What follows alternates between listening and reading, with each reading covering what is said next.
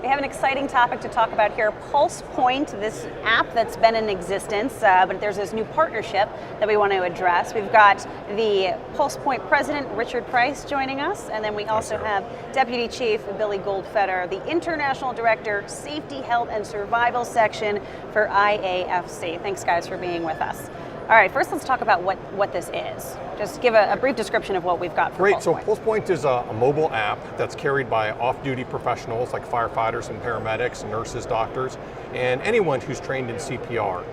And the app will alert them if they're near a cardiac arrest event. So PulsePoint runs in the 911 center, and if it sees a call for somebody who's unconscious, unresponsive, likely needs CPR, it alerts these off-duty professionals or citizens who might be in a restaurant next door or on the floor above in a business so that CPR can get started and an AED can be brought to that patient while the professional responders are still en route to the scene. Hopefully saving lives.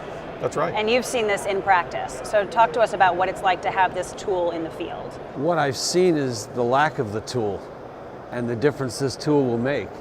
You can go down in public in cardiac arrest and have no assistance for 4, 5, 6, 7 minutes. Well, after the 6, 7 minute part, there's not much we can do for you.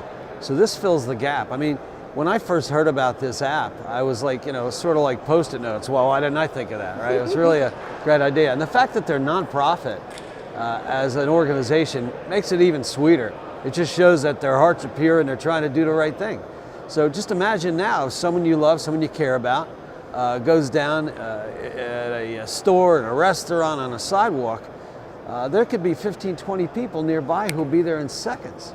And that's actually happened. You've had some situations in, I think it was Seattle, I saw there was like 20, 30 people turned out for a run. Yeah, it's very rare to have that many. But usually so cool. It's 2 or 3, but we notify a number of people who are in the vicinity and some portion of them arrive, but usually it's between 2 and 3 on average that we bring to the scene. Because imagine having something happening, not having this app, and then learning that someone could have done something just steps away. Well, you're dead. But they had no idea. Yeah. Right. About 30% of the time, people get CPR prior to the arrival of advanced care of the paramedics.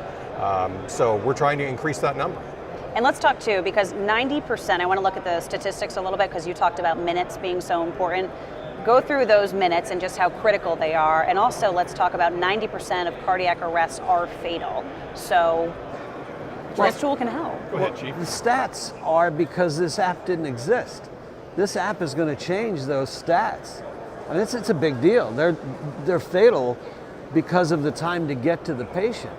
And the event occurs, someone then has to see it happen.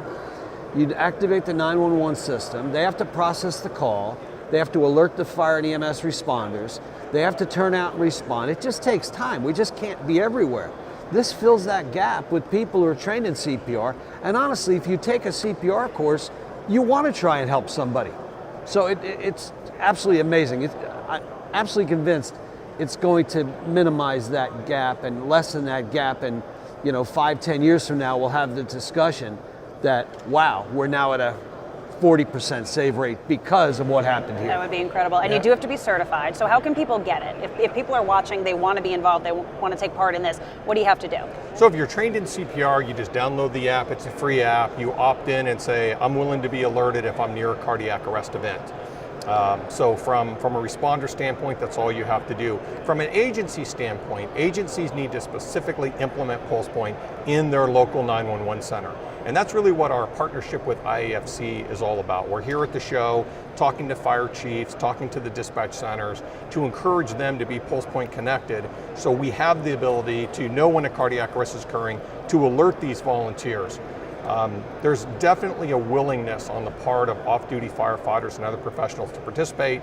We just have to provide that capability in the local dispatch centers. An interesting point too is that when someone has an emergency, you think it is someone.